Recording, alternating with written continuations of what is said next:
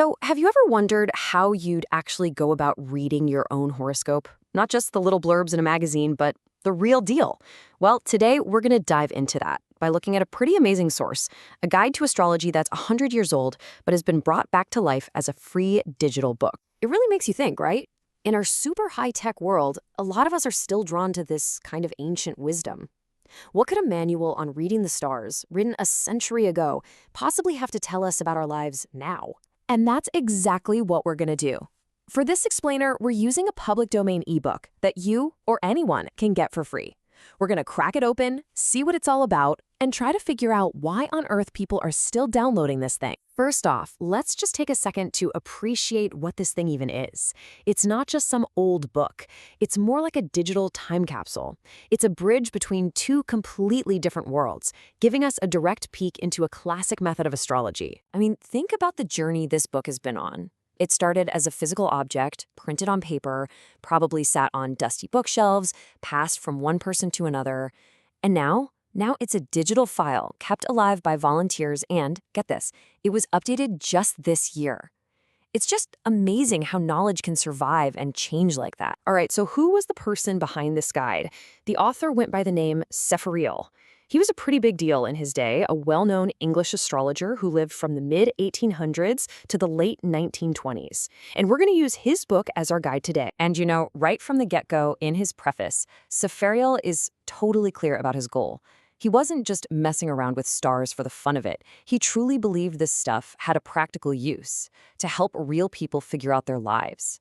He saw that people were getting interested and that they needed a guide that actually made sense. So the specific kind of astrology he's teaching has it's got a fancy name, Genethliacal Astrology. But all that really means is creating a super personalized chart based on the exact moment you were born. The whole point is to get a handle on your character and see the potential big events in your life. It's the how-to we're digging into. Now, Sepharial knew what people were thinking, even back then. He went right at the big question. Is astrology a real field of study, or is it just a bunch of old superstition? His whole argument was that it's a structured system, and he was going to lay it all out. So his way of fighting the superstition label was to give it a clear method. He said it all had to start with data, your exact birthday, the precise time, and where you were born. With that, you could create a map of the sky for that exact moment. That map is the foundation, the starting point for your personal horoscope. So how does his system actually make these claims? He broke it down into 3 key parts. Think of it like a play. The planets are the actors. They represent your different inner drives. The zodiac signs are the roles they're playing. They describe how those drives show up.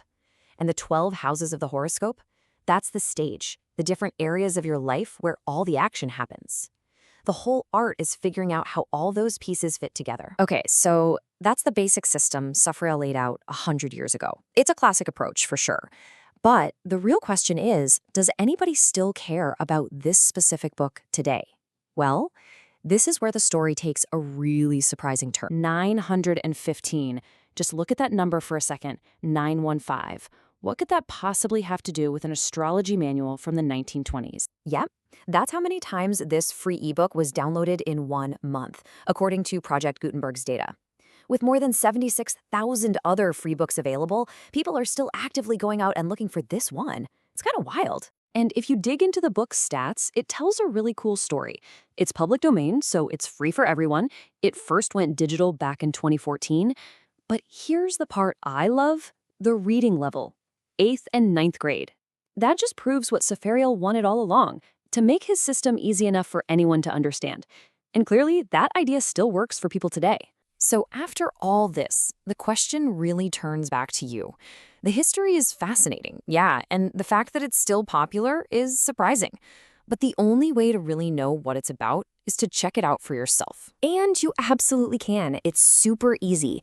Just head over to the Project Gutenberg website.